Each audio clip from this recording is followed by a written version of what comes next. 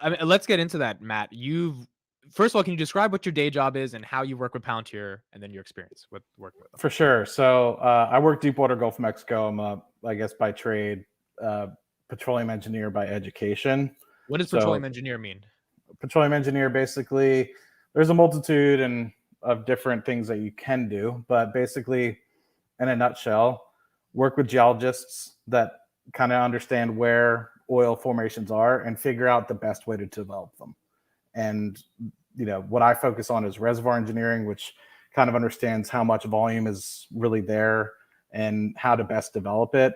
And then there's also kind of production engineer, petroleum engineer side, which makes the efficiency of getting it out of the ground as efficient as possible. So there's kind of a multitude of different ways you can look at it.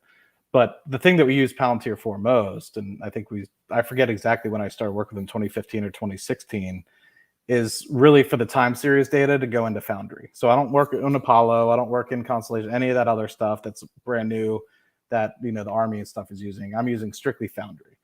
And the cool thing that's awesome is like you could literally, just like you're on Google, think about how you're searching up like social media stuff. You want to watch a video of Amit, I can search up data, right? Where it's streaming from, particular reservoirs and stuff like that I'm managing. I can look up the data and it streams just like you would stream this live stream itself. It's streaming the data and I can read it on a visual tool, and just like Excel would be, like you can kind of use Excel to kind of change your axes and stuff of the like.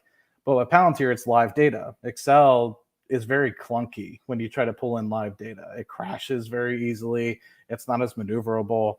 Whereas Palantir is set up to basically have an operating system centered around data. So just like you're using either a Mac or a Microsoft PC for specifically trying to either, you could do work on it, Excel, Microsoft Suite, stuff of the like, but you could also use it to go on YouTube and stuff like that. Palantir, the Foundry platform, is literally centered around an operating system for data. So instead of me looking at like videos and stuff on YouTube, I'm focusing on how to dive into data, do analytics. Sometimes I connect it through a token into Power BI to be able to create visuals that I can give to executives so they can look on their phones, stuff like that. And it's an interesting experience because it's evolved since we kind of started with them in 2016 to what I use it for now. And my role has changed. I did some expat locations, and my role working it from there as well changed. But it's interesting and it's very versatile compared to, say, like a PowerPoint or an Excel, right? Is it very user friendly, like just using it? I would say you need some coaching. But the thing that was, I guess, most beneficial was once you kind of understand where to go, like you can search for data extremely simply. Like it's a client relationship where you're basically like, this is what we want to name this stream of data, have a description for it. And so if you're like, I want to look up X well on X platform in the Gulf of Mexico, which is 200 miles offshore, you can do that really simply. So like I moved to a new asset recently working with one of our competitors, but we have joint venture projects that we do with them as well. And I was like, okay, let me start looking at some of the data. And it wasn't like I had to have somebody come in and be like, okay, Matt, like here's where this well's data is and here's where this well's data is. It's like, no, I just literally log on to Palantir, like our operating system for Palantir, go through Google Chrome. And I literally just search up. I'm like, well, I know this well is named X. So I type in that well and I'm like, I want to look at the pressure for XYZ. And I can pull it up and I'm like, okay, cool. How much oil is it making a day? Okay, cool. What are we actually like on a daily basis allocating for that? Okay, cool. Is it making water? What's the water cut? And I can literally pull all that up, create a report. And if I want to, I can be like, send it to me at 8 a.m. every morning. And it'll stream that data consistently over the course of, it depends on how often that pressure gauge or temperature gauge takes data, but then I can have it send it to me the next morning at 8 a.m. Do you think other companies can do that, or do you feel like there's something unique to Palantir doing that? The thing was unique to me using Palantir, and this kind of goes back to 2015, 2016, is like I work in oil and gas, so a lot of people try to sell you on things like our product is better, right? use this tubing string or this casing string compared to this casing string. Somehow your steel is better than somebody else's. I came in and they were more interested on how they could help me get to an answer, not, hey, we have this off the shelf product to feed you. So that way, like, we could just sell it to you and walk down the road and go find somebody else to sell it to. They honestly sat with us for over a year, working with those guys for over a year. They would show up to our office every week. They would cycle people in and out, be like, what are you using this for? Sitting there asking, what if you had any opportunity to optimize, where would you optimize? And that was on like, I mean, I've never sat with a Microsoft employee since I've started working 9-10 years ago. I never sat with an Amazon Web Service employee. I've never sat with, you know what I mean? Like, it was literally the Palantir guys that literally sat at my desk and they were like, I was like, okay, what presentation do you have? They're like, we don't have a presentation. We want to know what you're doing to on a day-to-day basis to get your job done. And we want to build a software around that. And that was completely different comparatively to what we do. Like Microsoft, it's already installed at our desks. And like, so that was what made me be like, these guys are dope. The guys that I talked to were dope. If these guys ever go public, I'm buying shares. So I was I didn't want to just be a stakeholder in their success. I wanted to be a shareholder in their success. So it was a lot of money at the time, but I bought, 1,000 shares at $10 when they direct listed, and I've consistently bought more. I think I'm up to like 3,300 or 3,400 shares. So you said that's $10,000, right? You said it was a lot of money at the time. I'm assuming because at that time 10,000 was a lot for you, but since you've been doing well for yourself.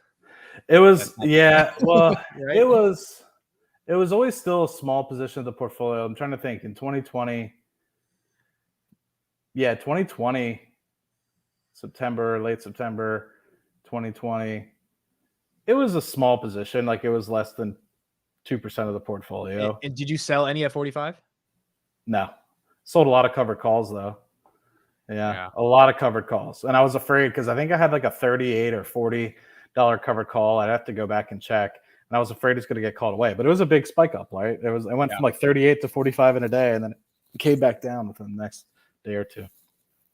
Yeah. Okay. Interesting stuff. Well, thank you for sharing. Chris, go ahead. Yeah. I was just going to ask you a few questions. Number one, did you use any other data science product? I say at the end of the day, that's what it is, right? We're migrating to data science. We're going from small to big, right? So with everyone that asks, what does Palantir do? This is exactly what Palantir does. Exactly what Matt just explained, right? They take data that back in the day used to be able to be small data, or there wasn't that many things that generated data. So it's us in the hospital. Let's say we had an MRI machine, and we would look at the total number of patients that are done on a daily basis. Every day, it's like, oh yeah, we do 7 patients on Monday, 7 on Tuesday, 8 on Wednesday, 9 on Thursday, blah, blah, blah. And we look at it over historical average and we say, you know what, this is how many people we could do. Now, when you're looking at data and you're looking at it relatively small, that's literally just one, like maybe a dozen or more rows on a spreadsheet.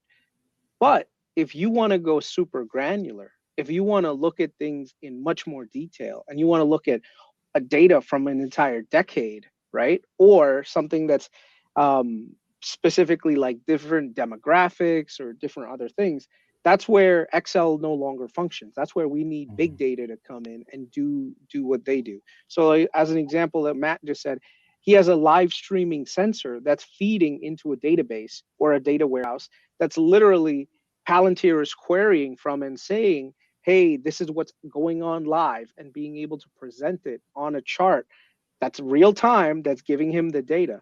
So there are definitely other companies out there that are doing the same thing. So if you look at Snowflake does that, but they do it in a structured format.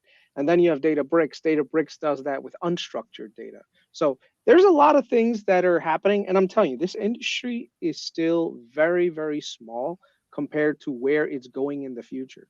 If your business or organization is not being realigned to a data-centric approach where you're making decisions not based on based on like what's the word, Intuition. rather than based on data, then yeah, that's what you need, because your competitors are going to be doing the same thing.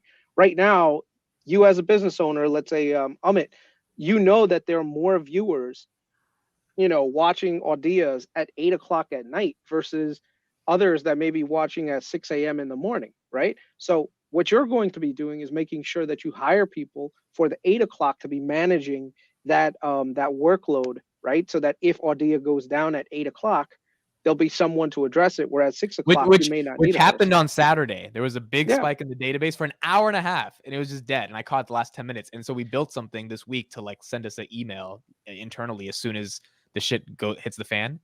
right. But yeah, it's a big deal knowing that data, right? And what program are you using to? I was just about to say, like, I can set up email alerts on any.